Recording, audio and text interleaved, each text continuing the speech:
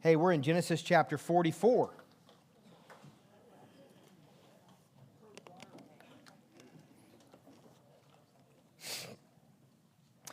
We've been going through the story of Joseph, and we're kind of here towards the end of this really awesome and famous story of Joseph in Egypt. And he's had these encounters with his brothers, and I'll just give you a really quick summary. I can't summarize everything here, but just really quickly, just to orient your mind to what's happening in the text tonight. Joseph, remember, was sold into slavery by his brothers. He was the second youngest son and the favorite. They got so angry with him because of their father's favoritism, they sell him into slavery. And he's there in Egypt. He starts out a slave, then he becomes a prisoner. But by the time we arrive here in chapter 44, he is now second in charge. I mean, he is the highest ranking official in the entire country except for Pharaoh. Nobody outranks him at all. And his brothers, providentially, not coincidentally, but providentially, have come to Egypt because of a terrible famine to seek food, as their father has instructed them. Joseph has recognized them, but they have not recognized him. They think he's dead, for one thing. They haven't seen him in 20 years. And he's in his Egypt get-up. You know, he's got his Egyptian attire and probably the makeup and the whole get-up. And so the last thing they expect is to see him alive in Egypt. And they certainly don't expect him to be in charge of the whole country. And there he is. And he's not speaking Hebrew to them. They are speaking Hebrew, which of course he speaks. And so he deals with them through a translator. They have no idea who he is. And he's kind of running them through a course of events, right?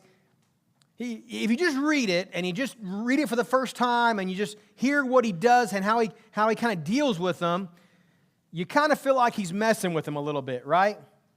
I mean, you kind of get this, like, man, you're kind of toying with these guys because you got the power and they don't. It's a little bit of payback. That's what it feels like. And you know what? Hey, they deserve it. They sold him into slavery, all right? But I don't think that's what's happening here. As you read this, you have to decide, is Joseph being slow to forgive? Is he going to forgive him ultimately, but first he's going to punish him a little bit? Is that what's happening?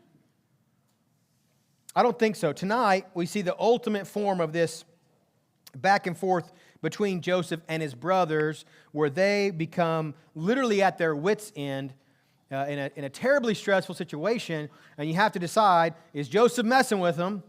Is he not forgiving him? Or is he testing him? Is he testing? Is he slow to forgive, or is he slow to trust? That's the decision. And I'm going to tell you tonight, I believe that what's happening here is, now, he might be enjoying these tests a little bit, but I think that's what he's doing. He's testing him to see if they're trustworthy. He's trying to determine if they're the same men who sold him into slavery 22 years earlier, or have they changed? I mean, imagine all the ways in his life he's changed through all the processes and the circumstances he's gone through. Have these men changed, or are they still the same? I think he's forgiven them, because if he hadn't forgiven them, I think the punishment would be much worse than just messing with their heads a little bit. Maybe much worse. I mean, he has the power to imprison them and enslave them and kill them if he wants to. He doesn't do that. He just is probing them for information, is what he's doing here. Chapter 43, the sons of Israel, the 10 sons, make their way back to Egypt to get more food. It's their second visit. They bring with them Benjamin. Because after their first visit, remember, Joseph sent them back home to Canaan, and he said, one of you has to stay here. Go get your youngest brother. You say you have a younger brother. Go get him and prove to me that he really exists. Otherwise, I'm just going to think you're spies. And so they leave Simeon in prison. He drew the short straw, I guess. He just gets stuck in prison.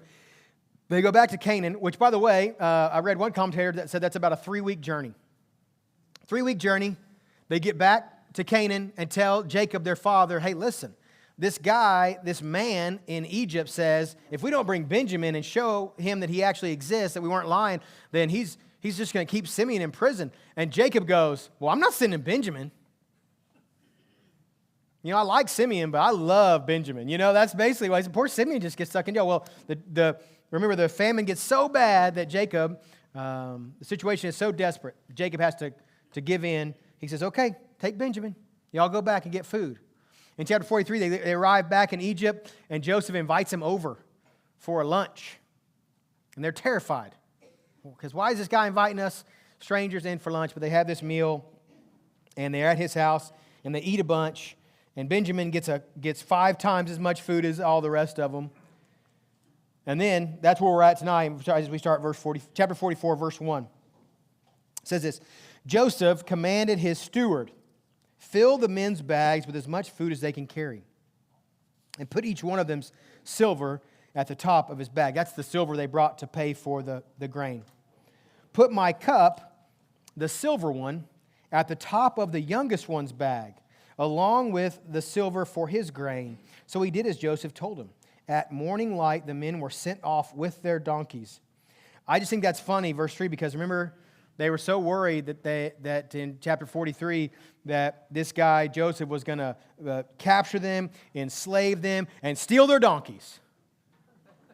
And so in verse 3, right off the bat, lets us know no donkey theft occurred.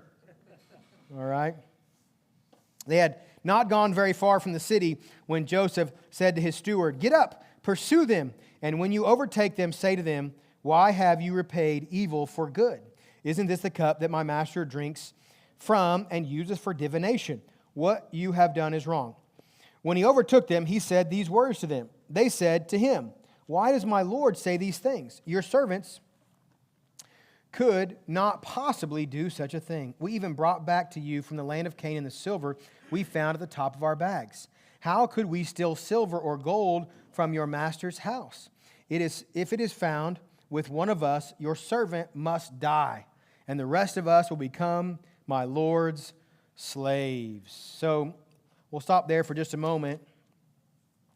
So it's the next morning, after the dinner party, after they eat and are full, they sleep there, seemingly at Joseph's house. Joseph gives instructions to his steward. He says, fill their bags with grain, put the money back in it. Oh, and one other thing. Just like last time, except this time, get the cup. The silver one, it says. It doesn't say get a silver cup. It says get the silver. So the indication is it's a very valuable, very important cup. And put that in the youngest one's bag, the youngest one being Benjamin. Yeah. Remember, Benjamin is Joseph's full-blooded brother. He and Benjamin share the mother, Rachel. And so he does that. He kind of, morning kicks off, and they scoot him out, right out the bat. Don't give him, you get the idea, they don't give him a chance to look through their things. They just get him on their donkeys and get him out the door, and the plan goes into motion. There's a plant. There's a setup. I think today we'd call this entrapment. I'm not sure. But it's been planted with him, this seemingly stolen item. So after they get a little ways down the road, Joseph, just enough to make it real, Joseph says, okay, go get him. Spring the trap. They are squarely in the trap. Now draw the net, so to speak. And they do.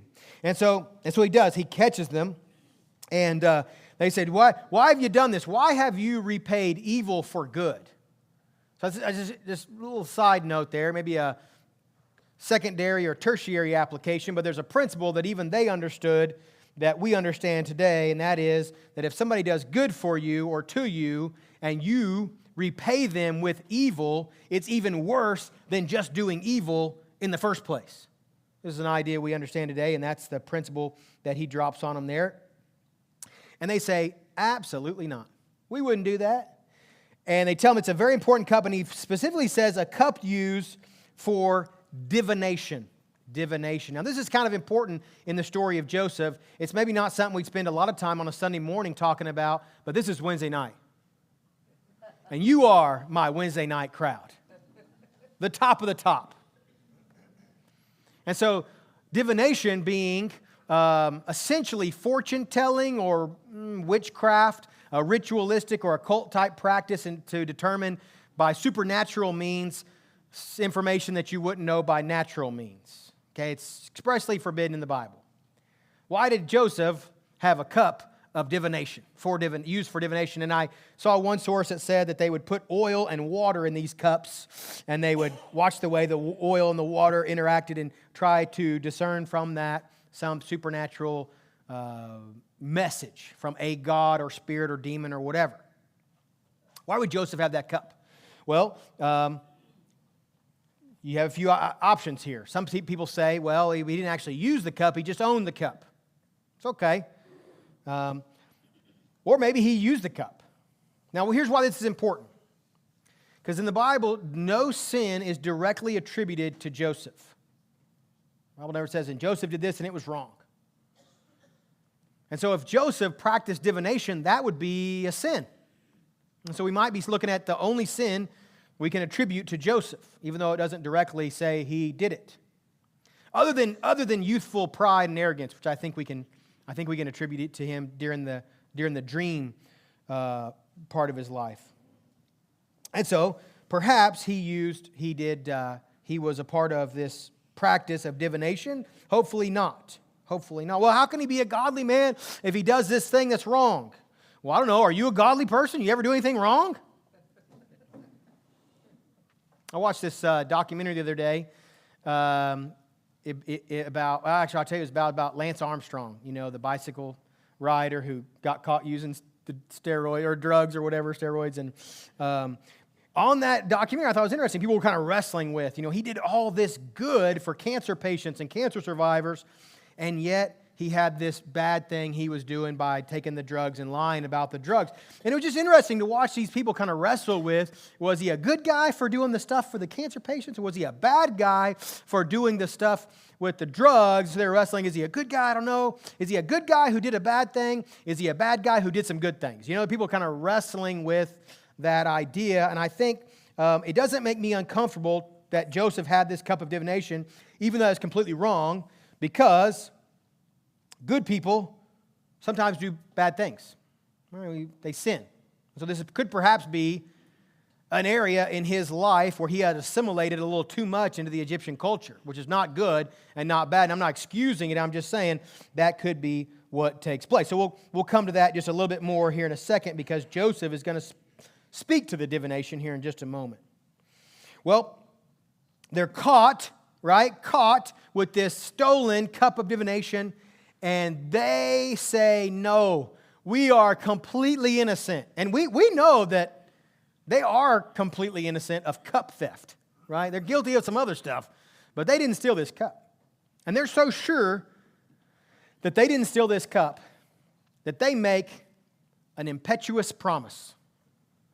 They say, we didn't steal that cup. We would never do that. As a matter of fact, if you find that cup with any of us, whoever has the cup will be killed. They should die, and the rest of us will be your slaves. Why would you say that? Why would you put that on the table? Am I right? Just promise you don't have the cup, right? Why do you have to go so extreme? It's really pretty foolish. It's really pretty foolish when you, especially when you think about what's already taken place in this story. Remember when they were on their way home after the first time? They finally opened their packs and they saw something in their packs that they didn't know was in their packs. The silver, right? It had been returned to them. This has already happened. You're so sure you know what's in that backpack, and yet we've already seen it take place where there was something in it that you didn't know about, and they still make a really foolish promise. Listen, whoever you find it with, they should die, and we will all go serve you for the rest of our lives as slaves. Really foolish. Jacob did the same thing. Do you remember Jacob? When he and Rachel and Leah are leaving Padan Aram, and his father-in-law Laban chases after him. And why did Laban chase after him? His reason, he said, was because one of them stole his idols, his gods. And that was true. Remember, Rachel, Jacob's favorite wife, the one he really wanted, she stole the idols. And Jacob says almost the same thing. Nobody stole those idols. As a matter of fact, if you find those idols with any of us, that person should no longer live. And he said that about his beloved wife. Why would you say that? Don't say that, right? Don't even put it on the table. Don't speak like you know everything when it's possible that there might be something going on that you don't know about. And that's every situation. To speak in such absolutes, it's foolish. There's another guy named Jephthah in Judges chapter 11. We went through the book of Judges a few years ago on a Wednesday night, I think, or maybe a Sunday night, I don't remember. But Judges chapter 11, one of the judges of Israel, a guy named Jephthah, God sends him out in battle against the Ammonites. And on his way back, to honor God, he says, whatever meets me when I come back home, whatever comes out of the door of my house to meet me, I will sacrifice to the Lord. Now, I don't know what he was expecting to walk out of his house. Maybe he had a cat he didn't really like, or a wife he didn't like. I don't know. I don't know what he was going for there, but what comes out to meet him? His beloved daughter. And he grieves, and she mourns. And the big question for Bible interpreters is, did he go through with it? Did he really do it? And there's a couple different opinions on that. But why would you say that? So that's what happens here. They speak up as if they know everything, as if they're so sure, and they put something on the table that should have never been on the table. And the steward is going to speak up here. And he says, in verse 10, what you have said is right, but only the one who is found to have it will be my slave, and the rest of you will be blameless. So he says, listen, whoever's guilty, they'll pay for it, not with their life for stealing a cup, but they're going to be imprisoned. They're going to be a slave for the rest of their life. So he agrees what they've done is wrong. He lessens the penalty, something more humane. Verse 11, so each one quickly lowered his sack to the ground and opened it. The steward searched, beginning with the oldest and ending with the youngest. So just get the drama as it builds up. He starts with Reuben, Simeon, Levi, Judah, down the line, each pack. See, we told you. Then they get to Benjamin, their father's favorite son. And they open that pack, and there's a shiny silver cup right on top. He says that then they tore their clothes, and each one loaded his donkey and returned to the city. So tearing your clothes is what you do in the Bible when you want to show extreme grief and sadness, as if somebody dies. Oftentimes when somebody dies, that's what they do. They rend their garment. They tear their clothes in grief. They load up, and all the boys head back to Egypt. Now that's kind of interesting. Here's the favorite son, once again, who's caught. He's in trouble. And they could say, sorry, Ben, that's your bad. We're headed back home. You got him. Okay, he's your slave. Go on. But they don't do that. Do they? What do? They all saddle up, ride back to Egypt with torn clothes. Verse 14, when Judah and his brothers reached Joseph's house, he was still there. Well, of course he was still there. He's waiting for him, right? That's part of the plan. They fell to the ground before him. What is this you have done? Joseph said to them. Didn't you know that a man like me could uncover the truth by divination? Isn't that interesting? And so, here's why that's interesting. Did Joseph practice divination? Here we are again. So people say, well, he had a cup of divination. And then somebody else will say, yeah, but he probably didn't actually use that cup of divination. Say, okay, but he did say he practiced divination. Right there, he said it, right? And then, but actually we know that he didn't have to practice divination in order to know that. Because this is all part of his plan. He planted the cup. Right? So it's kind of that back and forth. Well, he didn't actually have to do that. Yeah, but he did say he could practice divination. So it's kind of that back and forth. Did Joseph practice divination? Did he not? Of course, we probably want to lean towards no, but goodness, he owned the cup, and it seems like a special cup. And then he said, I'm a man like me can uncover the truth by divination. So he kind of gives us a hint there that he did. And so Judah's going to speak up. Here's what it says, verse 16. What can we say to my Lord? Judah replied. And so what happens here is, basically the rest of this chapter is a speech by Judah.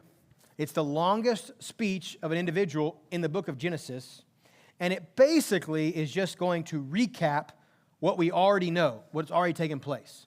So the events of chapter 43, where Judah convinces Jacob to allow him to take Benjamin back to Egypt, he's going to recount that for us. So let me just kind of read that. Here's what he says. Now, let me preface with this. Judah is the brother we probably know the most about besides Joseph. With Judah, we have seen him be pretty ugly, pretty bad guy. Remember, it was his idea to not just let him kill Joseph, but to sell him into slavery in Egypt. Okay? Now, I'm just do a quick poll. How many of you would rather be killed or would rather be sold into slavery in Egypt for the rest of your life? I'm just going to quick death, all right, for me. I don't know. I don't know about being a slave. Anyhow. So, some could argue that's merciful. Some would argue that's worse. Let's ask Joseph one day. You can ask him. And so that's that Judah. Then we also see him with Tamar, his daughter-in-law, be dishonorable with her and to sleep with a prostitute, thinking it's a prostitute. It's actually his daughter-in-law. And that whole scenario that takes place that paints Judah in a really ugly light again. So we've seen really negative things about Judah so far. Now the question that Joseph is trying to determine is, what? Are these the same brothers? Is this the same Judah? So as you listen to his speech here, you make that determination. Here's what it says. Judah replied, "How can we plead? How can we justify ourselves? God has exposed your servant's iniquity. We are now my Lord's slaves, both we and the one in whose possession the cup was found." Then Joseph said, "I swear that I will not do this. The man in whose possession the cup was found will be my slave. The rest of you can go in peace to your father." Now, real quickly, Judah says this. God has exposed your servant's iniquity. Now, wait a second. They're innocent of cup theft. They didn't steal the cup. And Judah definitely didn't steal the cup. It's in Benjamin's pack. What is he talking about? He's not talking about cup theft, is he? He is speaking from a guilty conscience. He's talking about enslaving his brother Joseph. That's what he's talking about. God has exposed his iniquity. He says, God is doing this to us. We will be your slaves now because we enslaved our brothers. God is paying us back for what we have done wrong. We didn't get away with it. We are paying for it now. He says, we'll be your slaves. All of us will be your slaves. And Joseph says, no, I wouldn't do that. Just the one who had the cup. Well, who is that? That's Benjamin. This is the favorite son. How do these boys treat an opportunity for them to go scot-free and for the favorite son to be imprisoned?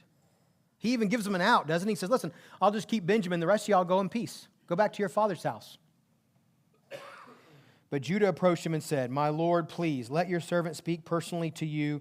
Do not be angry with your servant, for you are like Pharaoh. It means kind of all-powerful here. My Lord asked his servants, do you have a brother or a father? And we answered, my Lord, and we have an elderly father and a young brother, the child of his old age. The boy's brother is dead. That's what verse 20 says. He is the only one of his mother's son left. Now, I just point that out because they're talking to the dead brother. They say, the boy's brother is dead. Nope, Joseph's standing right there in front of him. Then you said to your servants, bring him to me so that I can see him. But we said to my Lord, the boy cannot leave his father. If he were to leave, his father would die. Then you said to your servants, if your younger brother does not come down with you, you will not see me again. This is what happened when we went back to your servant, my father. We reported to him the words of my Lord. But our father said, go again and buy us a little food. We told him we cannot go unless our younger brother goes with us. If our younger brother isn't with us, we can't see the man. Your servant, my father, said to us, you know that my wife bore me 2 sons. One is gone from me. I said he must have been torn to pieces. Now, I want to stop there for just a second because this is the first time that Joseph hears about being torn to pieces. That's the lie that they told to Jacob. Remember, they put the blood on his coat and they presented it and tore it all up and presented it to Jacob. And the idea was, the implication was that he had been eaten by a wild animal. So Joseph hears for the first time what they told his dad happened to him. And I'll never see him again. If you also take this one from me, and anything happens to him, you will bring my gray hairs down to Sheol in sorrow. So if I come to your servant, my father, and the boy is not with us, his life is wrapped up with the boy's life. When he sees the boy is not with us, he will die. Then your servants will have brought the gray hairs of your servant, our father, down to Sheol in sorrow. Your servant became accountable to my father for the boy, saying, if I do not return him to you, I will also bear the guilt for sinning against you, my father. Now, please let your servant remain here as my Lord's slave, listen to this, in place of the boy. Let him go back with your brothers, for how can I go back to my father without the boy? I could not bear to see the grief that would overwhelm my father. Now, you read that speech, and commentators make a big deal out of this speech. I mean, why would you devote so much space in the book of Genesis to basically recapping what's already happened and what's already been told? It's to demonstrate the compassion, the gravity of this situation and this speech and the impact that it's going to have on Joseph, because we'll see that it has a huge impact on Joseph. And so, I think we are seeing, or hearing rather, a different Judah. What do you think? I mean, he could be faking it, but I think that we've seen Judah make a major change from the selfish, self-centered, unloving, uncompassionate individual that he was earlier in the book. Before, if you'll recall, when they sell Joseph off into slavery, they're eating a meal. Joseph's in a pit. They've talked about killing him. They're eating a meal when they see the Ishmaelites, and they decide, hey, we should sell him into slavery. Just casually eating when they discuss murdering their brother, and hey, here's a good idea. We'll make some money off this deal, right? We'll sell him into slavery. They're celebrating their brother being sold off. It doesn't bother them at all. Now their younger brother, the favorite, is going to be taken into slavery in Egypt, the exact same thing. And how do they respond? They rip their clothes. Judah goes back and he begs for the life of his brother. He takes responsibility. He puts it on himself. And so, this is what I would say, verse 33 is that big one. I recommend you underline it, verse 33, in the place of the boy. Take me in the boy's place. That is sacrifice. It's selfless. It's sacrificial love. Let me be enslaved for the rest of my life rather than my brother. He says, listen, put the guilty one, me, in place of the innocent one, Benjamin. Because when he says God has shown, has laid bare our iniquity, has shown us our iniquity, Benjamin is exempt from that, because Benjamin didn't sell Joseph into slavery. It was Judah and the boys, right? Judah and the brothers. He's innocent. We're guilty. I'm guilty. Take me in his place. I'd rather be a slave in Egypt than my brother Benjamin. It's something we see in the New Testament. John chapter 15, verse 12 through 13 says, this is my command, love one another as I have loved you. No one has greater love than this, to lay down his life for his friends. That's what he does. He offers his life instead of Benjamin's life. We see Moses do the same thing. Exodus chapter 32, when he's come back down the mountain and he's seen the idolatry that the people have jumped into, worshiping the golden calf, and he pleads with God and says, rather than wiping out Israel, blot me out instead. Paul says something very similar, Romans chapter 9. He says, God, in exchange for my people Israel, wipe me out, take me out. Of course, famously, Esther endangers herself, risks her life for the chance of saving her people, the Israelites. It's ultimately what God does when he sent his son Jesus. Because the Bible says, for God so loved the world that he gave, right? He gave. It's what Jesus does by allowing himself to go. It says that Jesus says in Matthew chapter 20, verse 28, just as the Son of Man did not come to be served, but to serve and to give his life as a ransom for many. And so Jesus' earthly ancestor, Judah, he descends from the tribe of Judah. He's the lion of the tribe of Judah in the book of Revelation. His earthly ancestor foreshadows his ultimate substitutionary atonement on our behalf by offering himself in this moment on behalf of his brother. It says, take my life instead. Take me instead. This is a different man. It's a different man. The very last verse says, for how could I go back to my father without the boy? How could I go back to my father without the boy? And this one says, I could not bear to see the grief that would overwhelm my father. Now, isn't that interesting? Why is that interesting? Because he saw that grief once before, right?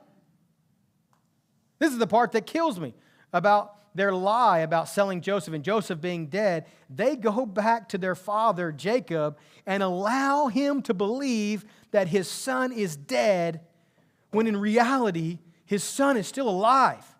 And if at any point in these 20 years they would have been honest with their father would have dropped everything and ran to Egypt to try to find his son, his beloved son. But day after day and year after year, they looked their father in the eye, knowing that they had lied to him and caused him this extreme grief, the unimaginable grief that comes about from the loss of a child. And yet in this moment, he says, I couldn't bear to see the grief that would come if Benjamin didn't return with me. He has changed. We've seen a change. We've seen a change. He's still got a guilty conscience for what he did. You know, time doesn't take away guilt. Only Jesus takes away guilt. But we've seen his heart soften, and we've seen him change. I think one of the things he does, and if we're going to take some application here, is he humbles himself. He submits himself to Joseph. And he takes responsibility for his actions. Do you hear that? I mean, maybe not directly. He doesn't say, I sold my brother into slavery. That probably wouldn't help his case in this moment, right? So it's probably good that he didn't say, I sold my brother into slavery. But he does seem to bear the weight and the responsibility of his actions. I think that's a good principle in life, you know. If you have a relational problem with somebody, if you don't get along, if there's a relationship you have with somebody that's been broken, how can you fix it? Well, you can't. You can't fix it. That's number one. You can't fix it.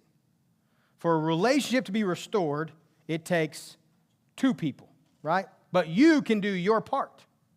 And the best step in doing your part, the best first step is, number one, take responsibility for your actions. Humbly submit yourself and apologize for what you have done wrong. And you better do that before it's too late, by the way. Can I add that in? Can I put that as a side note? You better do that before it's too late, because not a single one of us is promised another moment on this earth. And oftentimes, when somebody passes, a loved one passes, you know what comes with that? regret. Regret. I wish I would have apologized for this. I wish I would have.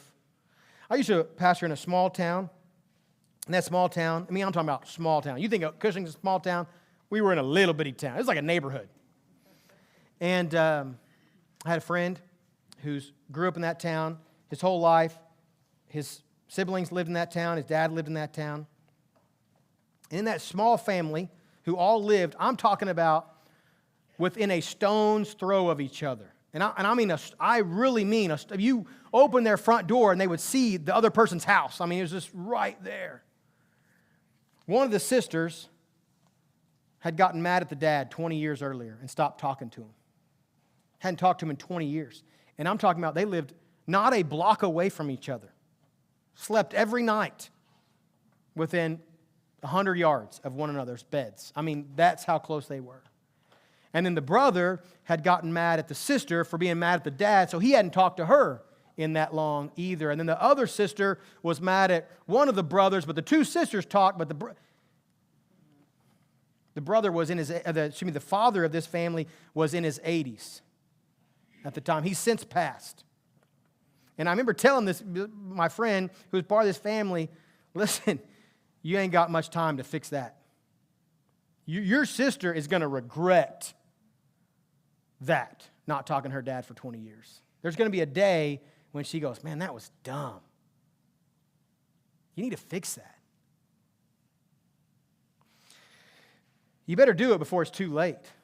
You better take that responsibility. Here's 22 years later, and only because he's really forced into a situation, we see Judah start to be a little bit repentant, sorrowful. God's done a work on his life. It took 22 years, unfortunately. But you better make those changes, and you better take responsibility before it's too late. So, here's a impassioned speech by Judah, the longest recorded in the book of Genesis. Let's see how Joseph responds next week. To be continued. Next month. All right. Just in closing, let me just point this out. I think it's interesting. These brothers say, this is our fault. This is God exposing our iniquity. They feel like they deserve this for something they did 20 years earlier. They have no peace, right? We've all made mistakes in our life. And these gentlemen are still paying for their mistakes. You know why? Because they've never been forgiven of those mistakes. They don't have peace with God. Listen, so they don't have the peace of God. If you want to have the peace of God, you have to first have peace or make peace with God. It's something Jesus did or made possible for us. By paying for our sins on a cross, we can have peace with God. We are enemies with God in our own sin. But because of his sacrificial and substitutionary death on the cross, we can be made right with God. Our sins can be wiped away. The unholiness which stains our soul and prevents us from being in the presence of a holy God can be removed, and we can be whiter than snow. And then we can have the peace that surpasses all understanding, the peace that only God can give. So today, if you have peace with God, then you can have the peace of God.